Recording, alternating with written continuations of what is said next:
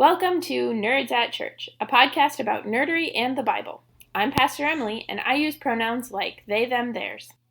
And I'm Pastor Kay, and my pronouns are she, her. In this episode, we'll discuss the 7th Sunday after Pentecost, also known as Lectionary 15, also known as Proper 10, which falls on July 11th this year. We do have a content note for you. We talk about religious, especially, although not exclusively Christian religious violence in its many forms, including colonialism, slavery, and genocide, when discussing the deep dive. Check out the episode description for links to the Bible passages and other references we make in this episode. So our deep dive today is on political and religious violence, specifically Christian religious violence, and also resistance to political oppression.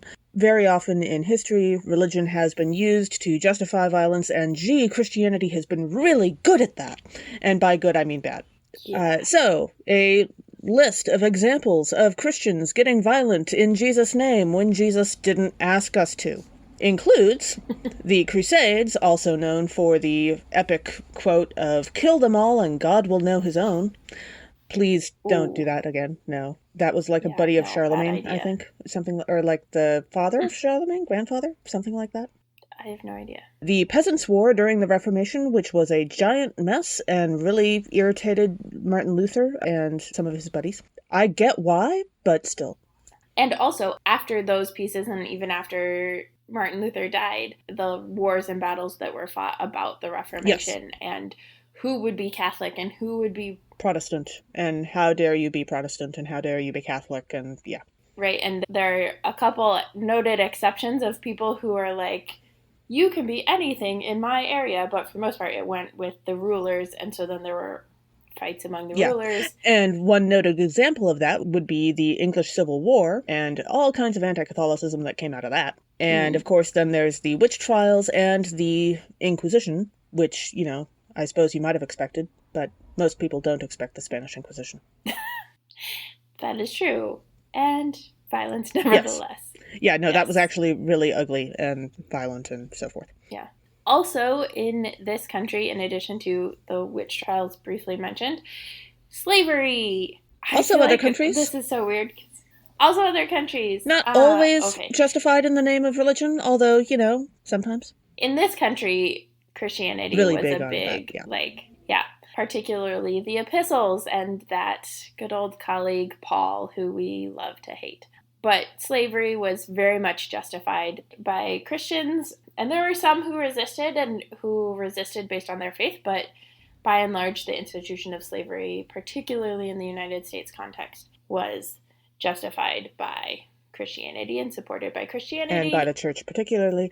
And when it comes to people who resisted, the Quakers are still famous for that part of their history.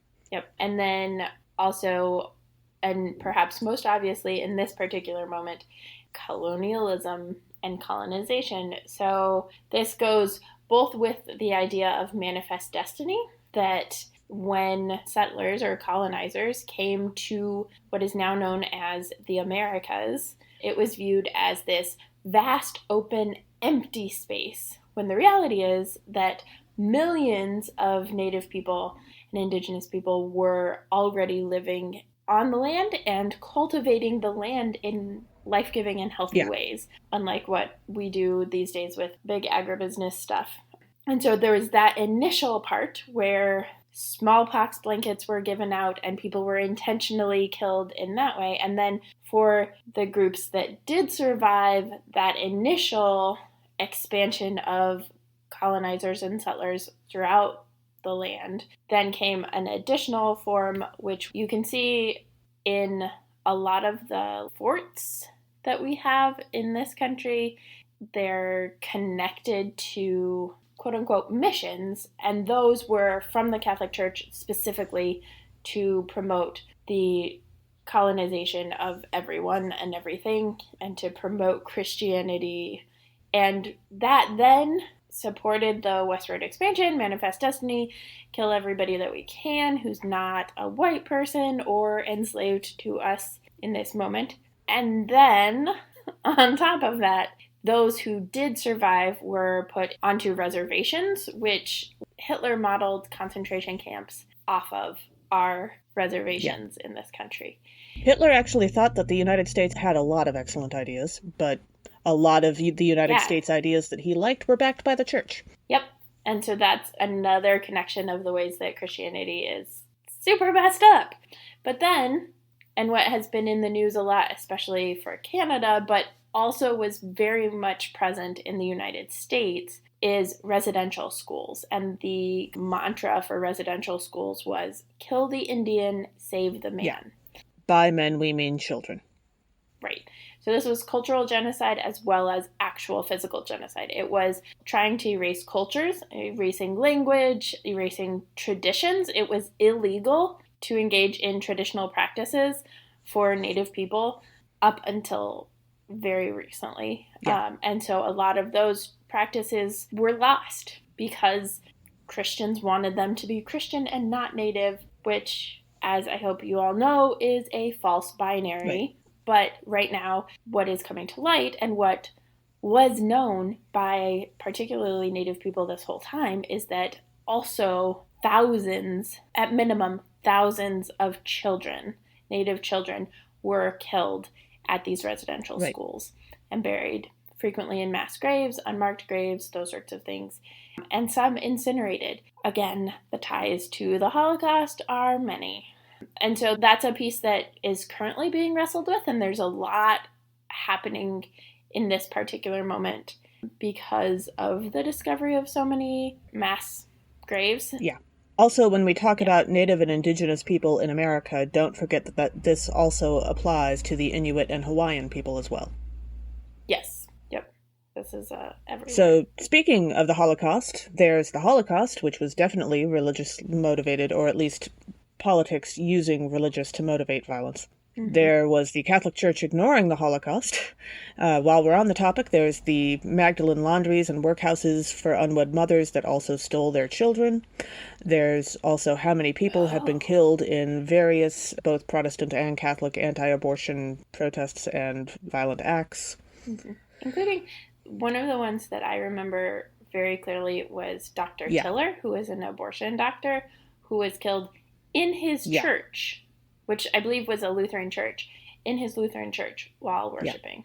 There's the racism and homophobia and Islamophobia of the official church, like I'm talking official church bodies, denominations, and so forth, and the ways that they have influenced politics to have that racism, homophobia, and Islamophobia reflected in the laws of our land. Mm-hmm. And there are some denominations that exist today that specifically exist either because they chose the side of slavery, they chose the side of Jim Crow, they chose the side of racism or queerphobia, and there are some that exist specifically because they chose the opposite, not to side with that. So that's part of it. Also within that, the Ku Klux Klan is an example of religious extremism.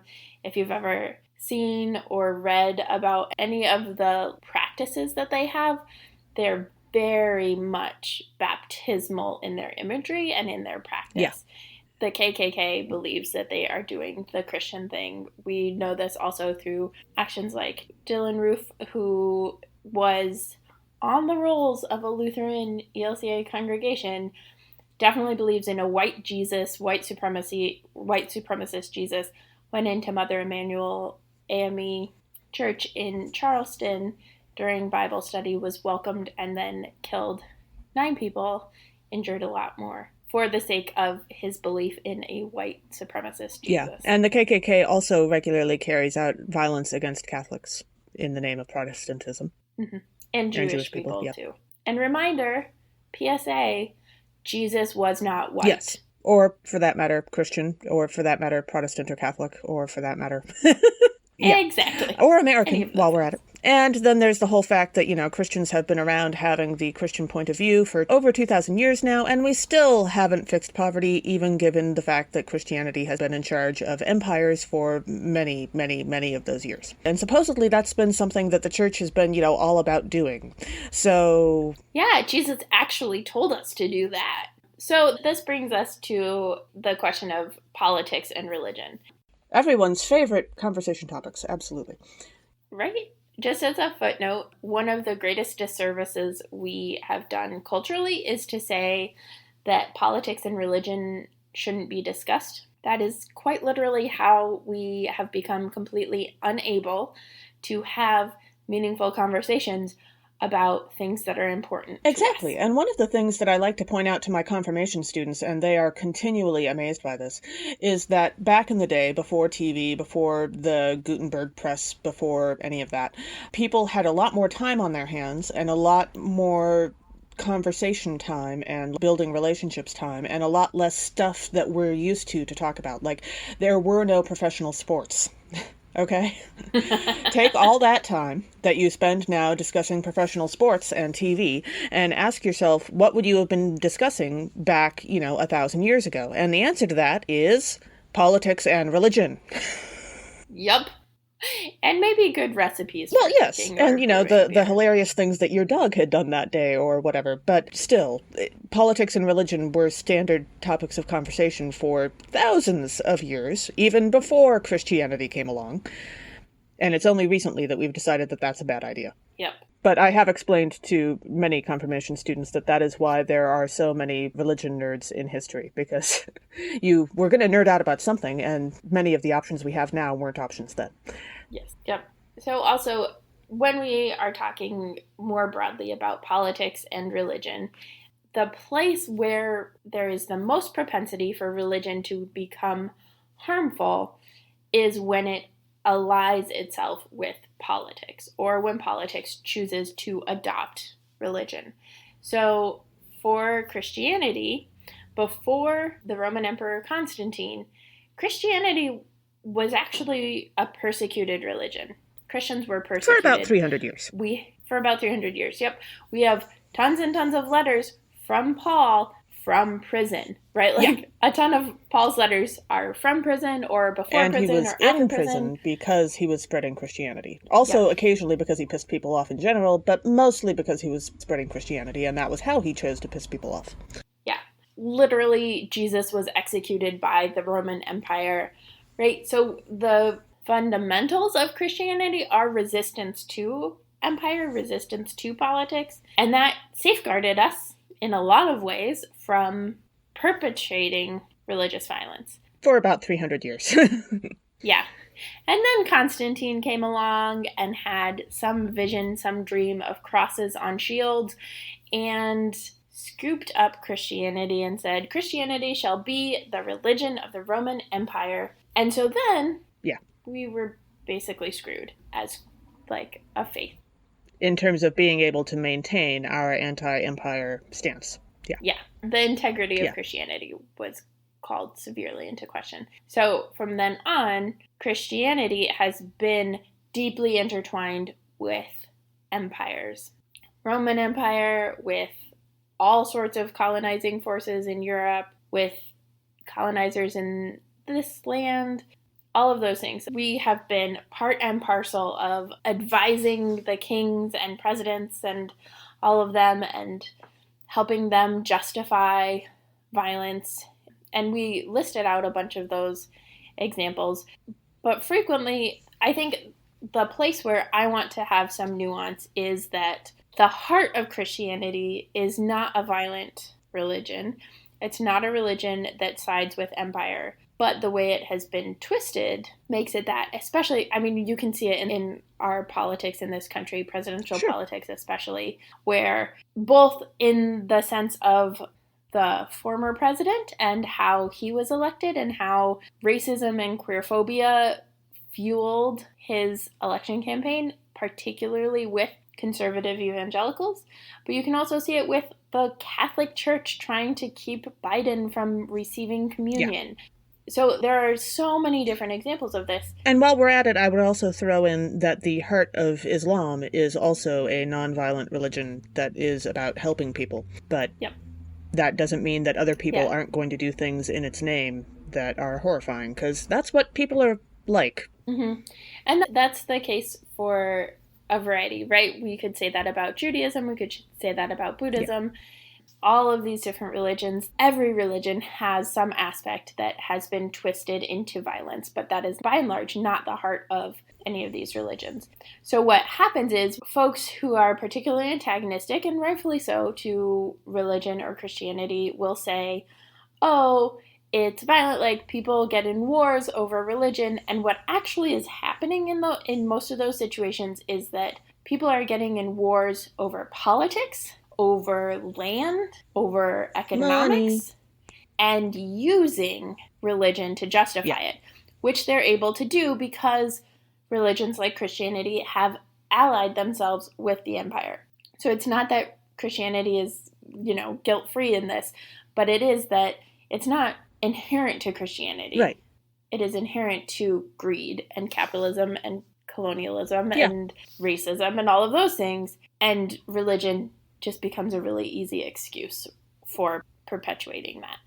So why are we choosing this topic for our deep dive, you might ask? Well, certainly it is definitely related to the readings for today, but I would also throw out there that we chose this topic not specifically because we want Christians to go around feeling guilty and making sad faces, because that is not what this is about. But for one thing, only through knowing your history can you avoid repeating it. And for another, faith is more difficult than what you might have been taught in Sunday school.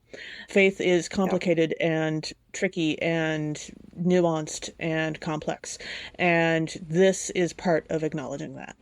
Yes, it is very much a complicated thing. And like you said, Kay, it is in acknowledging and naming our history that we are able to do things differently in the future. And yes, that we need to atone for our faith tradition, right? Right now, that is going to be a bigger and bigger part of the conversation, I think, especially around residential schools. Yeah. And the role of the church. Major reparations need to happen. And honestly, there are events. There's an event today locally that is people burning Bibles. And while I will not be burning any of my Bibles, it makes complete sense to me that people would burn Bibles, because it was holding up a Bible and telling people that who they are is wrong. Yeah. And as a queer person, I know that in one sense of it, but to have that be for your entire culture and to have literally your children be killed in the name of what is in the Bible.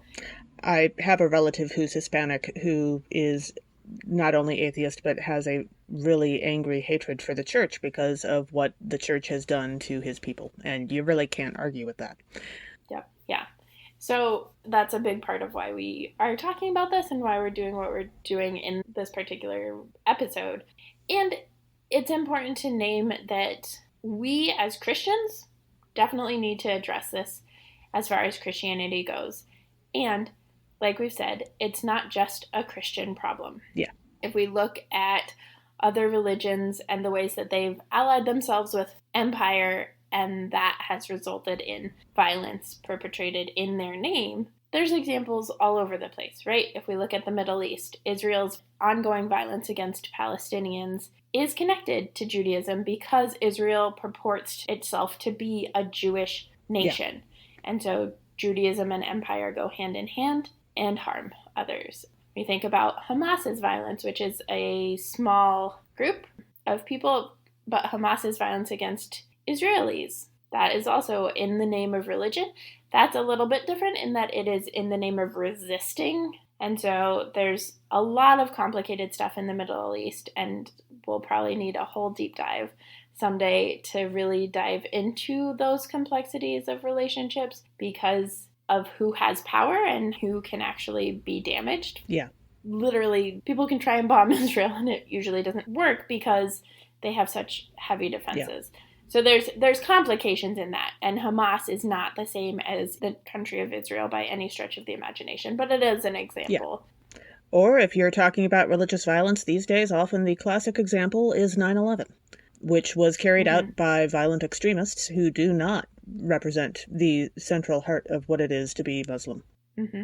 And in response to that, the amount of violence that Muslims in this country faced. Yeah.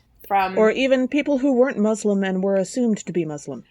Right. People who were Sikh, especially because of what they wear, the violence that they experienced because of assumptions that Christians, primarily white Christians, made. Or looking at Myanmar and the Buddhist Burmese nationalism that was trying to convert by force, especially Muslim minorities, but to create an all-Buddhist country. So I think Buddhism is a particular example because so frequently our assumptions about Buddhism are that it's completely peaceful, completely nonviolent. And the reality is, just like Christianity, when it aligns itself with the empire, with the nation, that's when people die. It becomes violent. Yeah. Yep.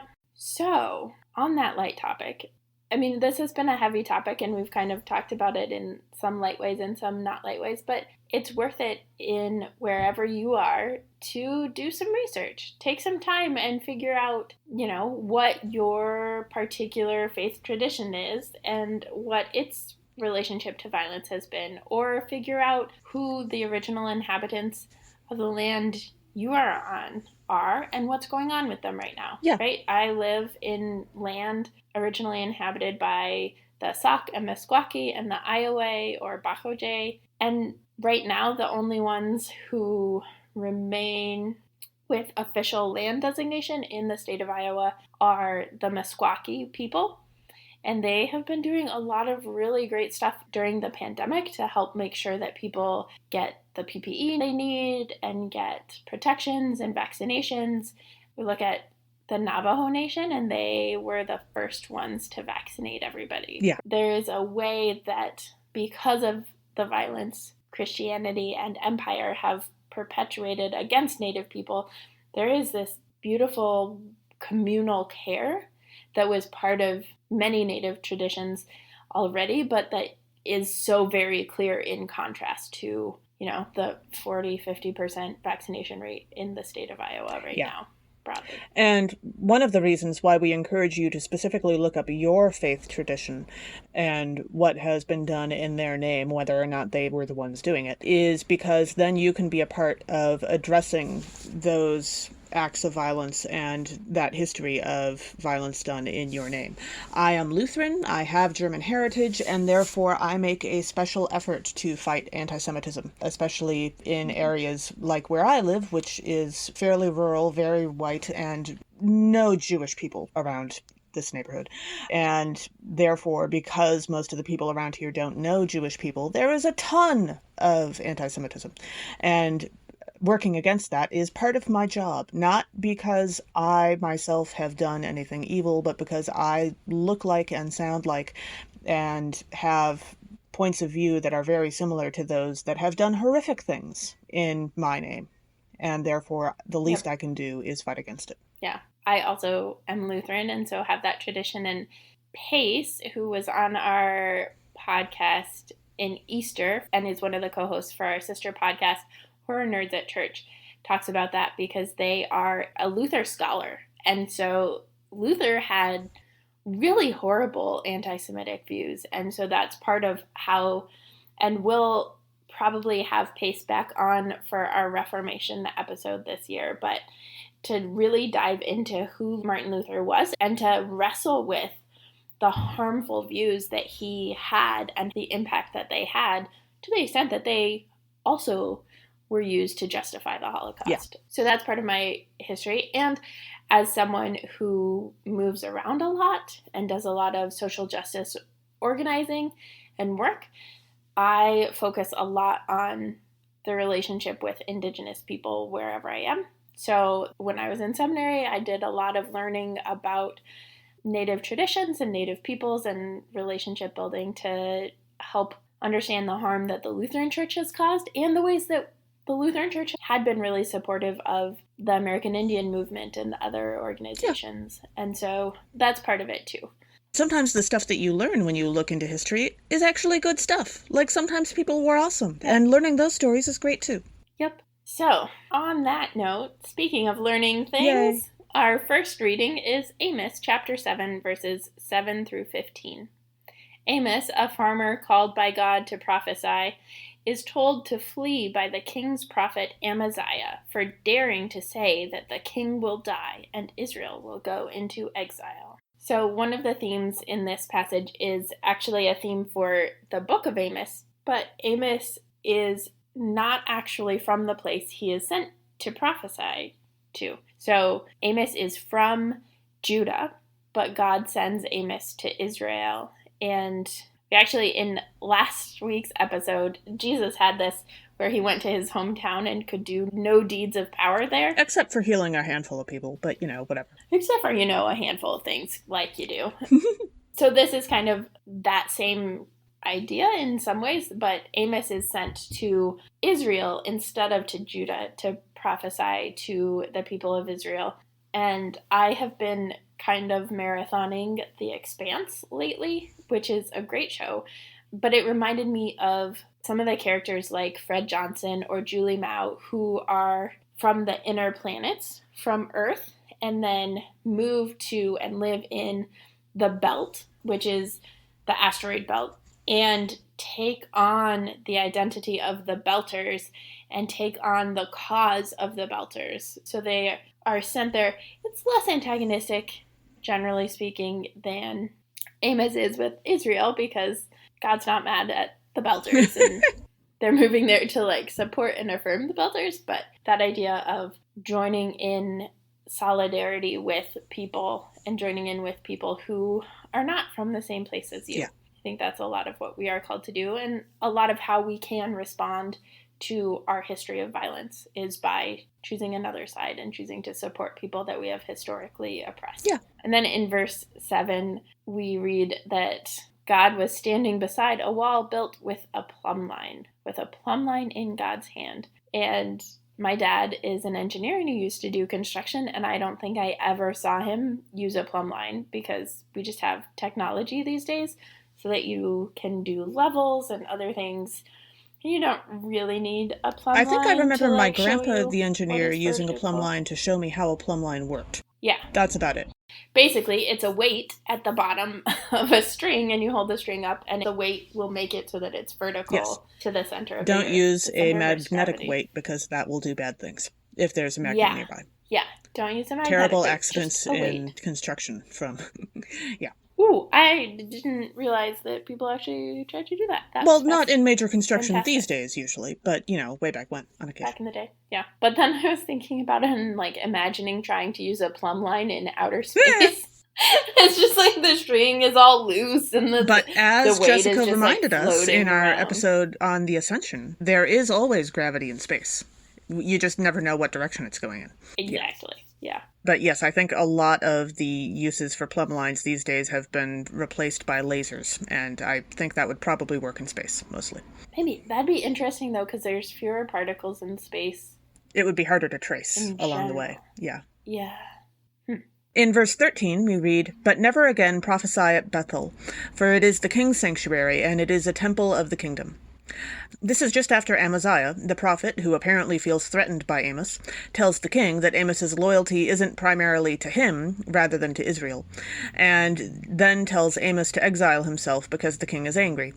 Now, Amaziah is saying that the temple, which is, the temple to God, is also primarily the king's sanctuary, which is a sign of the king's corruption, because a temple to God shouldn't be about keeping one person safe or keeping one person happy, even if that person is the king. It should be about the relationship between God and all the people. If it's keeping anyone safe, it should be keeping all the people safe, right? Mm-hmm. Not just the people who agree with the king. This sounds a lot like what we were just talking about religion and empire. Yes, it does. And it also reminds me of Emperor Palpatine shutting down the Galactic Senate in Star Wars, because even with the Senate's corruption, as shown in the movies, they did make more of an effort, at least, to serve all the people of the Empire, more often, certainly, than Emperor Palpatine did. Yes, and that was a really good twisting of things, which... Yeah, twist the truth and twist the lies. And then in verse 14 we read, "Then Amos answered Amaziah, I am no prophet, nor a prophet's son, but I am a herdsman and a dresser of sycamore trees." I wonder what costumes he put the sycamore trees in. Also, the version that I have spelled sycamore wrong. Interesting. Okay. This verse, anyway, sounds a lot to me like Toby of the October Day series by Seanan McGuire, saying that she doesn't want to be a hero of the realm. She'd like to go back to being a private investigator, please. Her life was a lot more reasonable then and a lot less dangerous, or at least like medium dangerous instead of serious dangerous. Only it turns out that she's the only person who's actually both willing and able to deal with most of the problems that she handles, and somebody has to. Oh, well. I get the feeling that a lot of God's prophets were having that kind of conversation in their heads. I don't wanna, but you're the only one who can and will, so, but I don't wanna. Yep. Yeah. As I said, I've been watching a bunch of The Expanse, and I was reading that verse too and thinking about the crew that's the main characters in The Expanse, which are originally crew on the Canterbury, which harvests water and brings it to the belt. And then they have now become this crew that's not vigilantes, but the ones who go and try and save people and are trying to track down all of this dangerous stuff and this proto-molecule that's dangerous and all of that stuff. So they become the crew of the Rocinante, and they just got a new name. I forget what it was, though. So the person who becomes the captain was not the captain, and each of the characters, like, there's a way in which they remain who they are. They remain the engineer that can fix and hobble together whatever needs hobbled together on the ship. But also they become this other group of people that are seeking the truth and seeking to protect people and to save people's lives. And but that's how God works. God works with what we have and brings us to new places. Sometimes in mysterious ways. Yes. Usually not through spaceships. But I mean, we don't know. It could be usually through spaceships. Like, we only have our knowledge of this one tiny piece of the universe. So it's true. It's true. We could be the outlier. Our second reading for today is from Ephesians chapter 1, verses 3 through 14. The author tells us that God chose to adopt us in love from the beginning, always treating us as beloved children. So I had trouble with this passage. Yeah, me too. Because the author just feels like a car salesman in this. It's a whole convoluted thing about how awesome Jesus was. And it's either written by Lockhart. Either Lockhart is writing this about himself in the third person, or it's a car salesman. Yeah, or possibly there are some translation issues, I hope, for the author's sake. I mean, here's hoping, but no guarantees. In verse 9, we read, God has made known to us the mystery of God's will. Occasionally, a little bit, here and there, maybe. Not all the time. I mean, if the author is saying that God has made known to us that God's will is a mystery, well, that's certainly true, sure. Fair. Although I do try to say, at least, that the common quote by Terry Pratchett is a little more pessimistic than normal, although I do still like the quote, which is, God does not play dice with the universe. He plays an ineffable game of his own devising, which might be compared from the perspective of any of the other players, i.e. everybody, to being involved in an obscure and complex variant of poker in a pitch-dark room with blank cards for infinite stakes, with a dealer who won't tell you the rules and who smiles all the time. I absolutely understand that feeling, although I don't think that it's one that Christians really have to worry about quite that much. But yeah, that sounds a lot more ominous than I think. Than we're going for. Yeah, but I feel you. Yeah. In verse 10, we read, as a plan for the fullness of time to gather up all things in Christ, things in heaven and things on earth. And I was thinking about that sense of gathering, and in The Expanse, there's a discovery of this proto-molecule that supposedly comes from outside of the solar system and is some foreign entity. But the proto-molecule changes and adapts and takes over, and so really is gathering all things to itself and then adjusts and changes. And of course, all of the different people want it as a weapon. Yeah. But, that's humans and violence. Not a religious thing, just like a human thing, which is, awful. Mm-hmm. Yeah, I read verse 10, and I was thinking about God's time is not our time. God's time tends to be rather slower than we would like, in fact. And God tends to do things rather slower than we would like. And that definitely reminds me of how in Dune, the original book, the plans of the Bene Gesserit to bring about the Kwisatz Haderach their chosen one, takes almost countless generations, like hundreds and hundreds and hundreds of years. Although, of course, one of their number does get a little impatient toward the end and decide to speed things up by a generation by having a child of the gender that wasn't expected. But they actually can control that sort of thing. It's a long story. And a lot of other things. But yeah. Yeah. And I think that sense of God's time being slower, for me, is connected to God's time being different and the, like, Chronos versus Kairos, which I've talked about some. Like, also sometimes God's time moves much faster than we would like. Like, okay, it's time for you to do the thing now. Wait, what? Yeah. Yeah. Our time is, the way we experience time most of the time is fairly linear, and God's time is just like this big nebulous cloudy blob that sometimes breaks into our linear time. And yeah, I have ADHD. Linear time is not really a thing I'm acquainted with, but I've heard rumors. Also fair. In verse 13, we read that in Christ you also, when you had heard the word of truth, the gospel of your salvation, and had believed in Christ, were marked with the seal of the promised Holy Spirit. And I love that. That's actually my favorite part of baptisms, is to be able to say you have been marked by the power of the Holy Spirit and sealed with the cross of Christ forever. Yeah. Is my favorite thing. But I was thinking about the different ways people are marked with or have seals that are willingly done, because they're in dystopias and stuff where people are like branded and that sort of thing. But thinking about tattoos or like dark marks. Like, I think in the X-Men, the Brotherhood of Mutants, they have a tattoo that they get, if I remember right. Yeah. Some of them, except for Eric. Because he's not gonna. He already had unwillingly his skin marked, and so won't do it again. Yeah. That's a good one. I was like, I know it exists somewhere. I just couldn't remember. Yeah. In what? Yeah. But the dark mark is also a good example. Yeah. And not all of those tattoos are evil, I have to say. I just don't happen to. If our wonderful listeners can think of an example of a group of good people who get tattoos, that would be great. Yeah. Well, and I think the Brotherhood is a tricky one, right? Yeah, that one. The Brotherhood is they do born a few different out things. Of oppression. And so it is a particular way of resisting oppression, and in the realm of violence is the expression of those who are not listened to. But if you're a new X-Men person and have just been introduced to them, very often the Brotherhood is cast as the villains. So. Yep. Yeah. When in reality it is, in fact, the non-mutants who are trying to destroy the mutants. Who are the villains. Are the real villains. Yeah. Yep. Divide and conquer. Bad thing. Anyway. Our gospel reading for this episode is Mark chapter 6, verses 14 through 29. Herod, who had beheaded John the Baptist because of a reckless promise to his daughter and manipulation from his wife, both named Herodias, hears of Jesus and assumes he is John, raised from the dead and returning to him. So I was working on this and talking to a friend of the podcast, Susanna Porter, who was our first guest on our podcast, and I was trying to think of when something like this, just like a completely out of the blue, surprising, unexpected death happened, and she was like, actually, it's in Game of Thrones. If you've not seen Game of Thrones, if you haven't and are going to, I think you're past the point of spoilers. I have no interest. Especially for season 1.